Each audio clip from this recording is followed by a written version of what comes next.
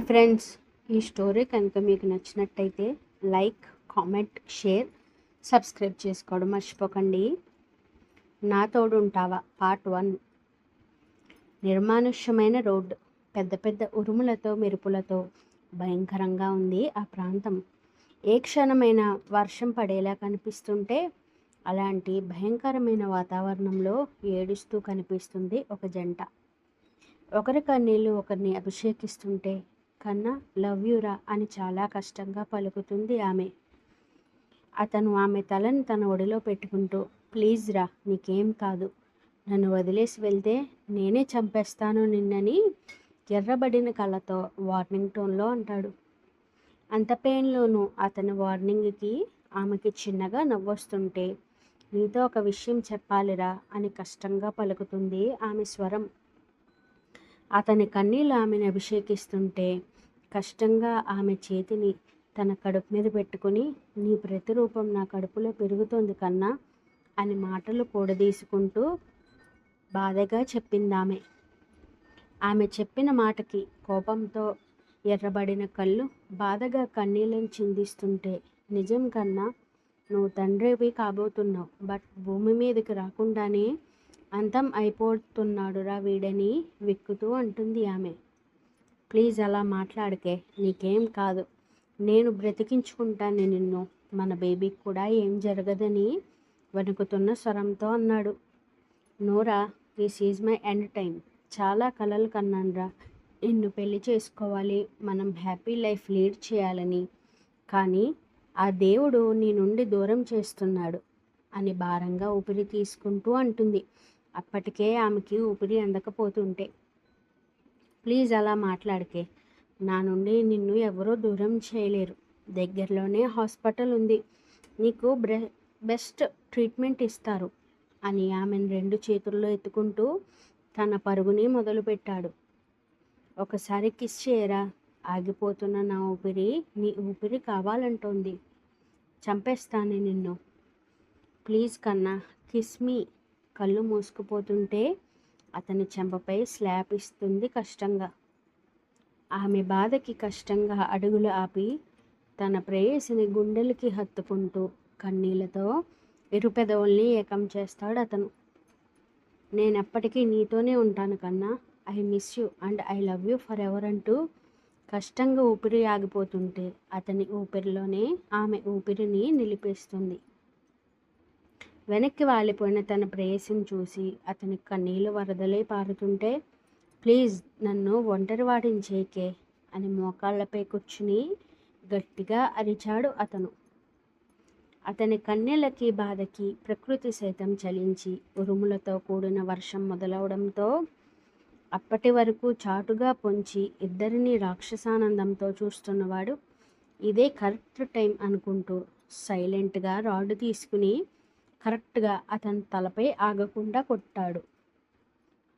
చేతిలో ఆమె కిందకి జారడంతో తల వెనుకగా చేతిని చేర్చుతూ మసకబారిన కళ్ళతో తన ప్రేయసిని కన్నీళ్లతో చూసుకుంటూ ఆమె పక్కనే స్పృహ తప్పి పడిపోతాడు అతను. 5 years later. Daddy stop it, గట్టిగా అరుస్తుంది చిన్నారి పాప. What happen baby? 100 pushups completed. No baby, 1 more 100. అప్పటికే గంట నుండి జిమ్ చేస్తుండడం వల్ల అతని ఫేస్ ఎర్రగా మారడంతో ఆమె మాట వినలేదని అలిగి కూర్చుంటుంది అంజలి. నా బేబీ అలిగినట్టుందే. డాడీ, నీ ఫేస్ చూడు, రెడ్డిష్గా అయిపోయింది. Stop this gym. Your wish baby, పద రూమ్కి వెళ్దాం. వెయిట్ డాడ్ అని క్లాప్స్ కొట్టడంతో మేడి తెచ్చిన ప్రోటీన్ షేక్ అతని చేతిలో పెట్టగానే ఇద్దరూ కలిసి రూమ్కి వెళ్తారు. 1/2 అవర్లో డైనింగ్ ఏరియా దగ్గరికి రావాలి అని అతడికి ఆర్డర్ వేసి యాటిట్యూడ్గా నడుచుకుంటూ బయటికి వెళ్ళిపోతుంది అంజలి. డోర్ లాక్ అయిన మరుక్షణం అతని కళ్ళు ఎర్రగా, ఫేస్ సీరియస్గా మారిపోవడంతో హాట్ వాటర్ షవర్ కింద నిలబెడతాడు పరుగెడుతున్న ఆలోచనలతో. తల నుండి పొంగిన ఛాతీ మీదకి నీటి చుక్కలు జారుతుంటే అతని ఆలోచనలకి నిదర్శనంగా నెక్ వెనుక పరిగెడుతున్న చిరుత టాటూ అందంగా కనిపిస్తుంది. కాసేపటికి డ్రెస్అప్ అయి బయటికి రావడంతో అతని గురించి ఎదురు చూస్తున్న అంజలి డైనింగ్ టేబుల్పై కూర్చుంటుంది తినిపించు అన్నట్టుగా. ఆమెను చూసిన వెంటనే అతని పెదవులపై చిరునవ్వు రావడంతో క్రిస్పీగా ఉన్న దోశ తినిపిస్తుంటే, డాడ్ నువ్వు కూడా తిను అని క్యూట్గా కళ్ళు ఆర్పింది. ఆకలి లేదు బేబీ. డాడీ ఓకే కూల్ తింటాను అని ఆమెకి తినిపిస్తూ తను తినడంతో, it's too late daddy boy అని చీక్కిస్ ఇచ్చి డ్రైవర్తో స్కూల్కి స్టార్ట్ అవుతుంది. ఎవరితో మాట్లాడకుండా సైలెంట్గా హ్యాండ్ వాష్ చేసుకుని తన రూమ్కి వెళ్తున్న అతన్ని విసుగ్గా చూస్తూ, రేయ్ I will talk to something అని గంభీరంగా వినిపిస్తుంది మరొకతని గొంతు. నేనేం వినాలనుకోవట్లేదు శ్రీ. Ishaan don't shout Sri. నేను కంపెనీకి రానని నీకు తెలుసు కదా. నీకు కూడా షేర్స్ ఉన్నాయి దట్ కంపెనీలో. బ్లడీ షేర్స్ నాకేం అక్కర్లేదు. పేపర్స్ అరేంజ్ చేయి, నీ పేరుపై సైన్ చేస్తాను అని కోపంగా చెప్పి తన రూమ్కి తర్వాత కీస్ తీసుకుని బయటికి వెళ్ళిపోతాడు ఇషాన్. వెళ్తున్న తమ్ముడిని చూస్తూ అసహనంగా ఫీల్ అవుతుంటే, లివ్ ఇట్ శ్రీ, ఇషాన్ గురించి మనకు తెలిసిందేగా అని నిట్టూర్పుతో అంటుంది శరణ్య. వాడు డాడీకి అసలు రెస్పెక్ట్ ఇవ్వట్లేదే అని తన భార్యకి విసుగ్గా చెప్పి కంపెనీకి స్టార్ట్ అవుతాడు శ్రీధర్. ఆమె ఎవరి తరపున మాట్లాడలేక హాల్ మధ్యలో ఒంటరిగా మిగులుతుంది శరణ్య. కౌసల్య సుప్రజారామ పూర్వ సంధ్య ప్రవర్తతే అని సుప్రభాతం వినిపిస్తుంటే, అమ్మా ఉదయాన్నే ఏందే నీ గోల అని నిద్రాభంగం కలగడంతో విసుగ్గా అరుస్తూ దుప్పటి ముసిగేస్తుంది. ఆమె అరుపుకి కాఫీ తాగుతూ ఒకరు, పేపర్ చదువుతున్న మరొకరు చిన్నగా నవ్వుకోవడంతో గంట కొడుతూ హారతి ఇస్తున్న ఆమె మాత్రం మిరియాలు నూరుతూ, రండి హారతి తీసుకోరా అని పళ్ళు నూరుతూ గదుముతారు. వల్లి పూజ అంటే ప్రశాంతంగా చెయ్యాలే, రుసరుసలాడుతూ కాదు.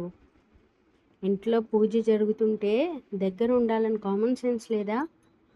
డాడీ మమ్మీ ఫైర్ మీద ఉంది, గప్చుప్గా మీరు ఆఫీస్కి స్టార్ట్ అవ్వండి.